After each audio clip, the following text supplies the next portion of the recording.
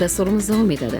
20-asr va uning erishgan yutuqlaridan eng muhimi shu bo'ldiki, texnika, elektronika va boshqa shunga o'xshash murakkab texnologiyalarni yaratgan inson va uning bevosita kundalik hayoti bilan bog'liq muammolar ko'payib borishi bilan xarakterlanadi.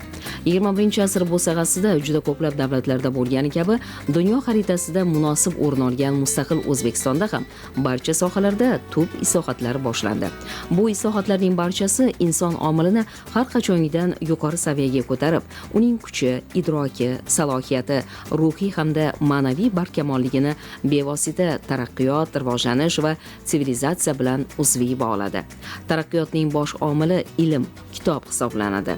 Chirchiq davlat universiteti o'qituvchisi, psixolog Aygul Israilova an'anaviy kitob mutolaasining ta'siri haqida shunday mulohaza yuritadi.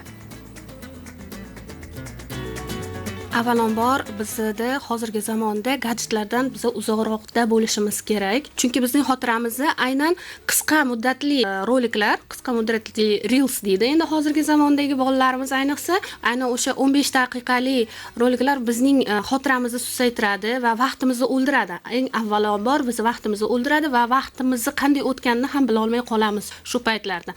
Lekin bizda demensiya degan kasallikni oldini olish metodikalarimiz bor. U metodikalar ancha hammaga individual holatda biz yondashamiz va u yerda ko'proq harakat bo'lish kerak. Biz xotirani deymiz, xotirani kitob o'qiymiz deymiz yoki-da bir qandaydir misollar yechishga xotirani tiklaymiz deymiz-ku, lekin jismoniy tomondan ham jismoniy harakat ham bizning xotiramizni tiklashga yordam berar ekan. Ayni paytda toza havoda yurish, 10 ming qadam degan narsa bor bizda, 10 ming qadamda yurish yoki-da qanday harakatli o'yinlar, ayniqsa yosh bolalarga biz 3 yoshdan 5 yoshgacha bo'lgan bolalarimizda ko'proq harakatli o'yinlar bilan bolalarning xotirasini mustahkamlaymiz shu yerda. Ko'proq men o'zim an'anaviy kitoblarga tarafdorman, chunki birinchi navbatda ekran bizning ko'zimizni og'ritadi va charchatadi. Bu esa baribir kognitiv proseslarimiz bilan albatta bog'liq. Bizning ko'zimiz charchagandan keyin bizni qaysidir kognitiv bir retseptorlarimiz susayishi boshlaydi. Susayishni boshlagandan keyin albatta xotira ham susayishni boshlaydi. Oldingi o'qigan narsalarimiz albatta esdan chiqib ketishi mumkin.